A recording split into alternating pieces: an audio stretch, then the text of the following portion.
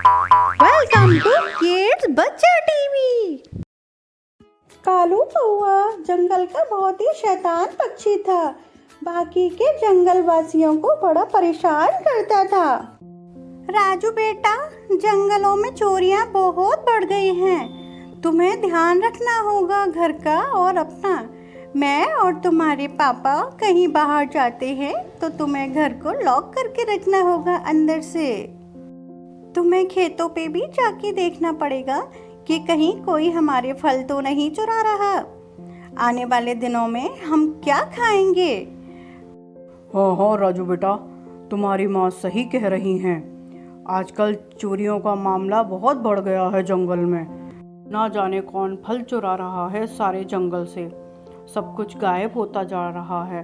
कोई भी सामान अगर घर के बाहर रखता है तो वो भी चोरी हो जाता है।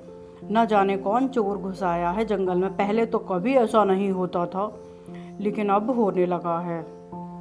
जंगलवासी बड़ा परेशान थे, पर ये सब हरकत कालू कौआ की थी। अब पता चला, सारा का सारा फल मैं खा जाऊंगा। मुझे काम भी नहीं करना पड़ता। कैसे सो रहे हैं यहाँ पे, ये देखो। मैं सारा फल चुरा के खा जाऊंगा और मुझे खेती भी नहीं करनी पड़ेगी। हा हा हा हा।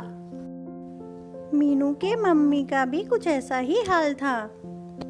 मीनू बेटा, बड़ा परेशान हो गई हूँ। चोरियों का सिलसिला तो बंद ही नहीं हो रहा।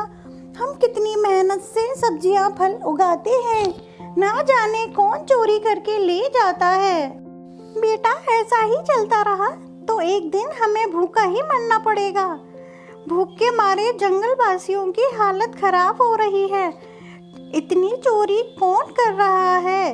किसी के कोई फल चुरा लेता है, कोई फूल चुरा लेता है, किसी। हाँ मम्मा, कोई बात नहीं, मैं चोर को पकड़ने में जरूर सबकी मदद करूंगी। हमें राजू के मम्मी पापा के पास चलना चाहिए। राजू इस काम में हमारी जरूर मदद करेगा। बेचारी मीनू और उसकी माँ बड़ा परेशान थी। इधर कालू कौआ बड़ा खुश होता था कि जंगल वासियों को परेशान जो कर रहा हूँ। हाँ, मेरा मजाक उड़ाते थे, मैं काला। अब देखो कैसा सबक सिखाऊंगा तुम लोगों को। कोई मेरी मदद नहीं करता था, मैं सबको ऐसे ही परेशान करूंगा। अब चलो घर चलना चाहिए मुझे। आज तो चैन से सोऊंगा।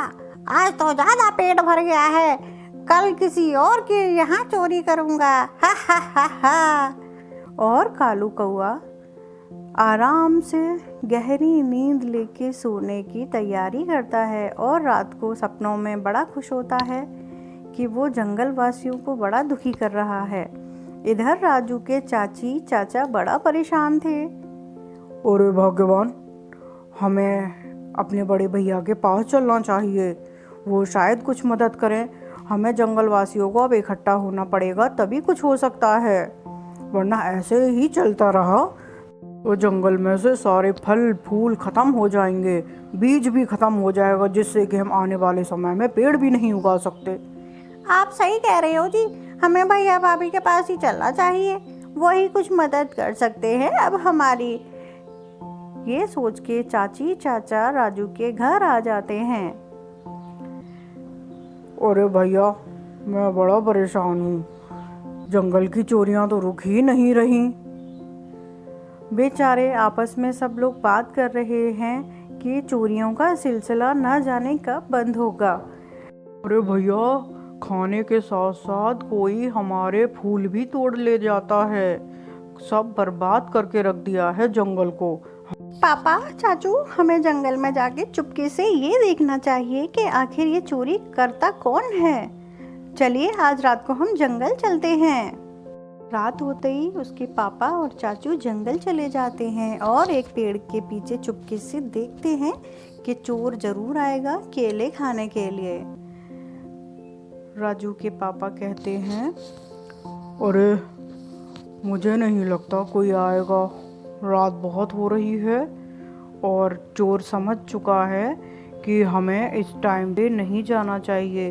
कालू कौआ पेड़ों के पीछे चुपके सारी बात सुन लेता है और वो वहाँ से चला जाता है। राजू भी अपने पापा के साथ घर आ जाता है। कालू कौआ अगले दिन मीनू के फूल देखता है और कहता है, ओ ये कमल के फूल, ये तो मैं तोड़ दूंगा सारे। अब देखता हूँ मीनू क्या बेचेगी शहर जाकर। हा हा हा हा। और कालू कौआ सारे कमल के फूल तोड़ देता है। वो हमेशा किसी न किसी का नुकसान करता था।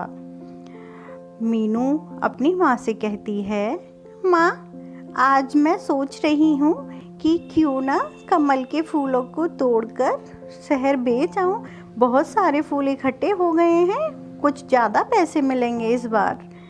और चोर का भी तो डर लगा रहता है कि चोर कहीं आके हमारे फूलों को बर्बाद ना कर दे। उसकी माँ भी उसे जाने की परमिशन दे देती हैं और कहती हैं, ठीक है मीनू, चले जाओ बेटा, पर ध्यान से जाना, उस चोर का कोई भरोसा नहीं है। इधर मीनू जैसे ही अपने जंगलों में आती है और देखती है सारे कमल के फूल किसी ने तोड़ दिए हैं और रोती है बहुत जोर जोर से,